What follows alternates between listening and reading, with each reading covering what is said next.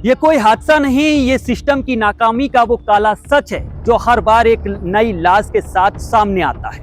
आखिर उत्तर प्रदेश में ये खुले नाले और मौत के गड्ढे कब तक जिंदगियां निगलते रहेंगे। अभी 4 दिन पहले ही बरेली के सैटेलाइट बस अड्डे पर नाले में गिरकर हरदोई के रहने वाले तौहीद की दर्दनाक मौत का मामला लोगों के जहन से उतरा भी नहीं था कि एक और घर उजड़ गया। बुधवार को सिंचाई विभाग की लापरवाही ने एक बार फिर युवक की जान ले ली। नाले में गिरकर उसकी मौत हो गई। सवाल सिर्फ हादसे का नहीं, सवाल उस लापरवाही का है जो हर बार किसी की सांसें छीन लेती है। और उससे भी ज्यादा डरावनी बात यह है कि जिस सिस्टम पर लोगों की जान बचाने की जिम्मेदारी है, वही सिस्टम किसी के लाल को तलाशने में घंटों लगा देता है। तौहीद की लाश करीब 30 घंटे बाद मिली और इस बार भी हालात कुछ अलग ही नहीं थे। कूड़े से पटी नहर में 2 दिन तक सब यूं ही पड़ा रहा, जैसे किसी की जिंदगी की कोई कीमत ही ना हो। आखिर कब तक लापरवाही की ये तस्वीर हमारे सामने आती रहेगी? कब तक प्रशासन की सुस्ती लोगों की मौत की वजह बनती रहेगी? सवाल सिर्फ एक परिवार का नहीं, पूरे समाज का है, क्योंकि अगला नंबर किसी का भी हो सकता है। ये मौत के खुले नाले कब तक जान ऐसे ही लेते रहेंगे? घटना सीबीगंज क्षेत्र के नदोसी गांव की है।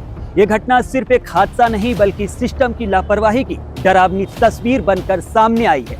घनी आबादी के बीच से गुजर रही नहर, जो कभी सिंचाई विभाग के लिए बनाई गई थी, आज मौत का गड्ढा बन चुकी है।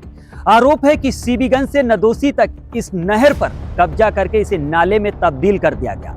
सबसे चौंकाने वाली बात यह है कि यहाँ ना तो कोई बैरिगेटिंग है, ना चेतावनी बोर्ड यानी खतरा साफ दिखता है, लेकिन सुरक्षा का कोई नामो निशान नहीं है। अक्टूबर 2025 में भले ही नहर की सफाई कराई गई हो, लेकिन हालात फिर भी बदतर हो चुके हैं।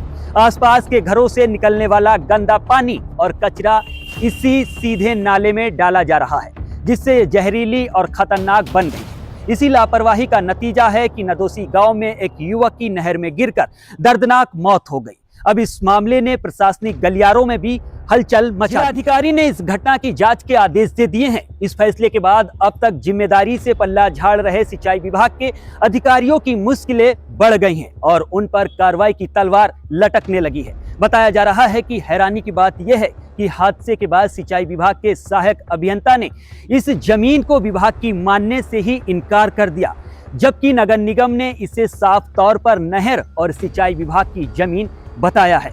2 विभागों के बीच जिम्मेदारी को लेकर चल रही ये खींचतान आखिरकार डीएम तक पहुंच गई, जिसके बाद जांच के आदेश दे दिए गए।